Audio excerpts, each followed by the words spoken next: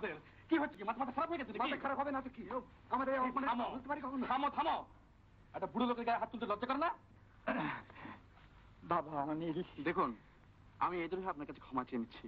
আপনি তো সকলকে ক্ষমা করবেন। না বাবা না, ওরা আমাকে যা বলেছেন আমি ঠক, জোচ্চোর, বাটপার, আমি সব।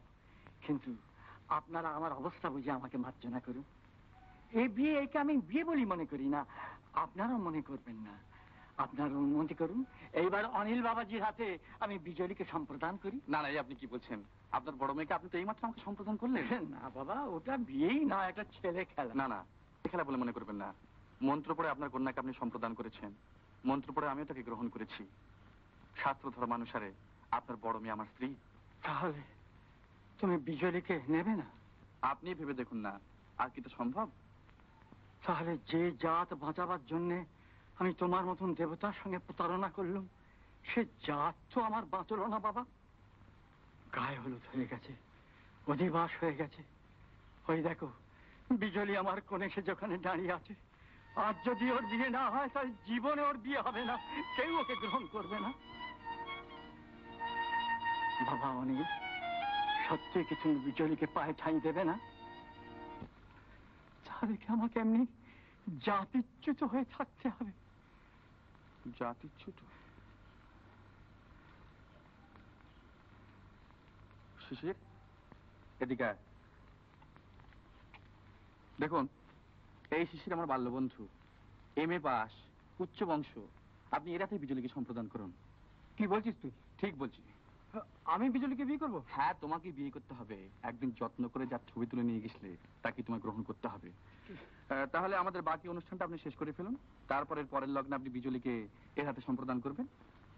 তাই হবে বাবা। আসুন। বলছিলাম কি যে কালকে সকালের গাড়িতেই তুই বরযাত্রীদের নিয়ে চলে যা, কারণ হঠাৎ খবরটা শুনলে মা হয়তো খুব আঘাত পাবেন। তুই বরং একটু আগে গিয়ে তাকে আস্তে আস্তে বুঝিয়ে বল ব্যাপারটা। ভাবছি কি করতে এসে কি হয়ে গেল। যা হয়ে গেল তা নিয়ে ভেবে তো কোনো লাভ নেই। যা করতে হবে তার জন্য তৈরি হতে হবে। কিন্তু মাকে গিয়ে আমি কথাটা বলবো কেমন করে? কি আর বলবি বল, সবই অদৃষ্ট। যা, যাতে ভালো হয় বুঝিয়ে বলিস।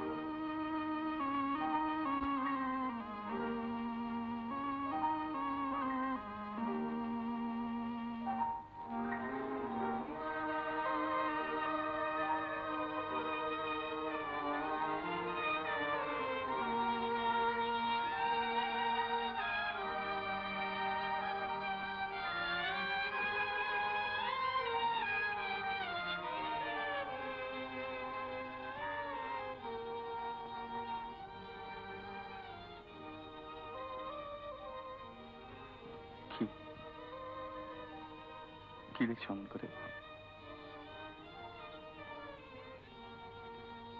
ভাবছো এই আবার কোন অপরিচিত লোক এলো তোমার জীবনে, ভাগ্যের কি নিষ্ঠুর পরিহাসের ভেতর দিয়ে সে তার জীবনকে তোমার জীবনের সঙ্গে বেঁধে ফেললো এক অচ্ছেদ্য বাঁধনে।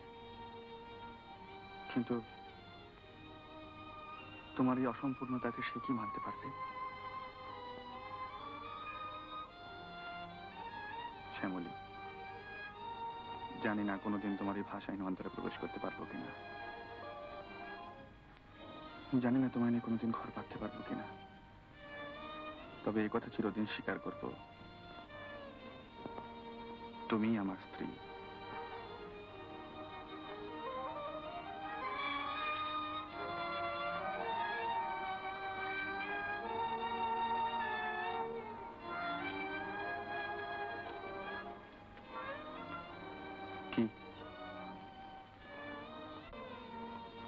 যাব বাসর ঘরে? চলো।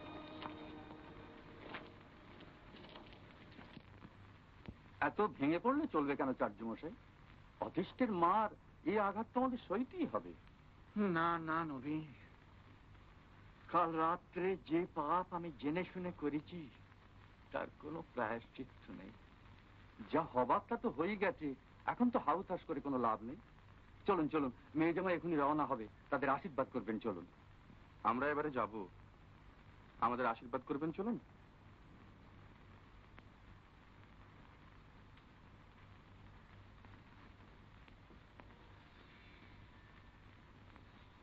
বাবা অনিল, আপনি কেন এত শোক করছেন? আপনার বিজলি অপাত্রে পড়েনি। শিশিরের মতো পাত্র সুলভ নয়। বিজলি আপনার সুখী হবে। শেষের বিজলি যত সুখী হোক, কিন্তু তোমার মতন ছেলে আমি পেয়ে হারালুম শুধু ছাড় জাতের ভয়। এ ক্ষতি আমার কোনো দিন পূরণ হবে না। কিন্তু আপনার সঙ্গে সম্বন্ধ আমি তো অস্বীকার করিনি। তুমি মহৎ, তাই ও কথা বলছো। কিন্তু বাবা, আমার এই হাওয়া কালামের স্বামী রূপে তোমার মতো ছেলের সম্বন্ধ আমি কি করে স্বীকার করব? যে সম্বন্ধ কাল রাত্রে অগ্নিসাক্ষী করে হয়ে গেছে, তাকে অস্বীকার করবার অধিকার আমাদের তো কারণ নেই। শিশির আর বিজলি অপেক্ষা করছে। আপনি চলুন। চল। বাবা অনিল,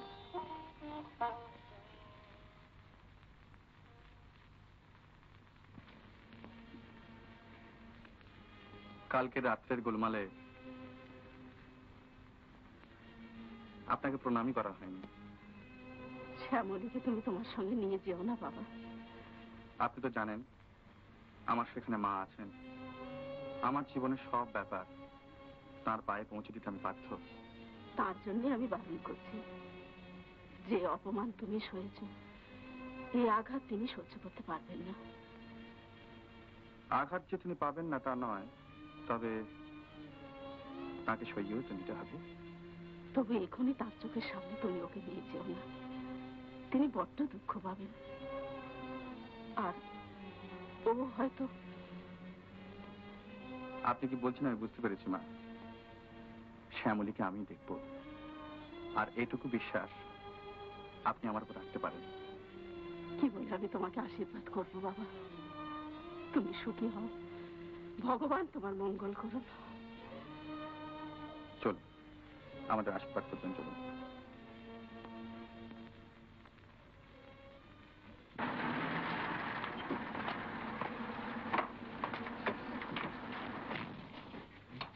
এসো দাদা। মা, উপরে আছেন, এসো।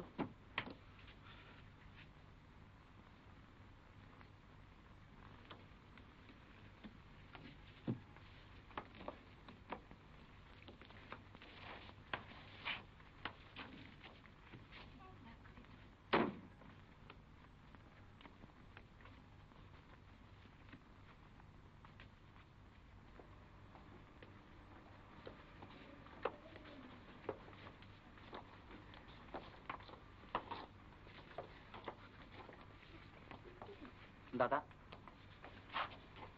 বৌদিকে এখনই মার কাছে না নিয়ে গেলে হতো না?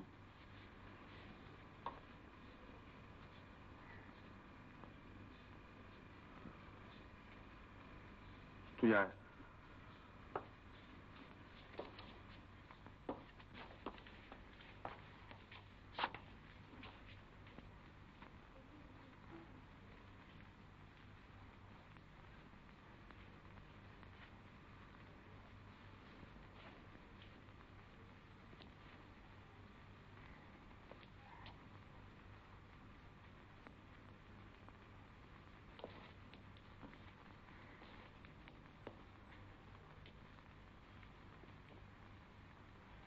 মা,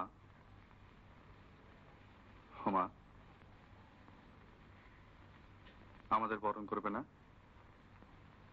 তোমার ছেলের বউকে আশীর্বাদ করবে না? তুই কি করলি অনিল? তুই কি করলি? তোমার ছেলে বলে তো করতে পারলাম। তুই একবার আমার কথাটা ভেবে দেখেছিস? কি করব বলো, আগে তো কিছুই জানা যায়নি, যখন জানা গেল তখন সম্প্রদান হয়ে গেছে। হলেই বা সম্প্রদান? তুই যে মেয়ে জেনে বিয়ে করতে বসেছিলি, এ মেয়ে যখন সে নয়, তখন কিসেরই বা সম্প্রদান, কিসেরই বা গ্রহণ? এ বিয়ে বিয়েই নয়।